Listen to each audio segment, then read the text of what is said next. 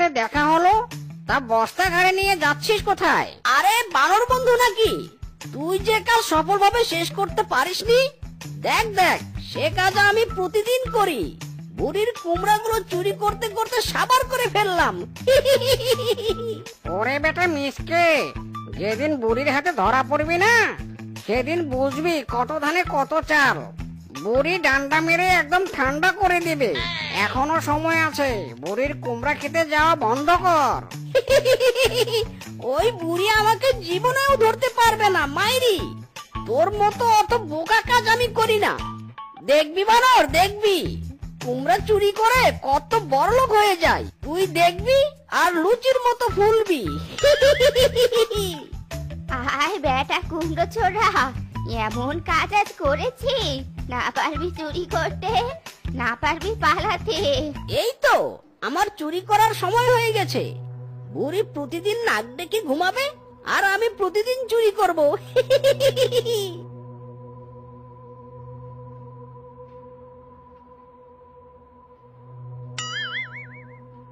ইদি মাইরি, কুমড়া হাতে ধরতে না ধরতে এভাবে হাতটা আমার চুলকাচ্ছে কেন?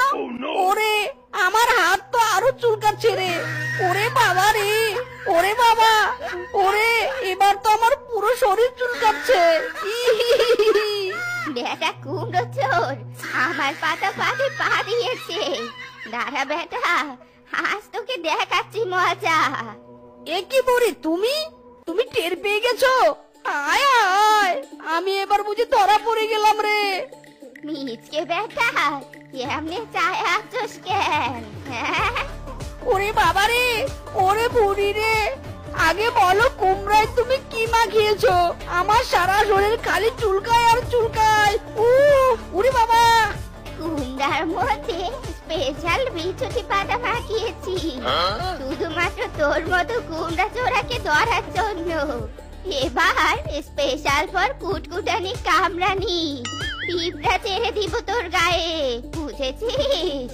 ওরে বাবা রে, ওরে চলে গেল রে, আমার শরীর চলে গেল।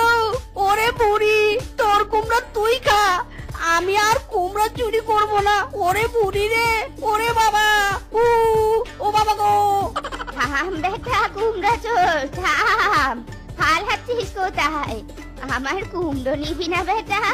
আয় বেটা আয়, আরামজাদা কুমড়ো চোর। তো বন্ধুরা, আমাদের আজকের এই গল্পটি তোমাদের কাছে কেমন লেগেছে তা কমেন্টে জানাতে ভুলো না কিন্তু।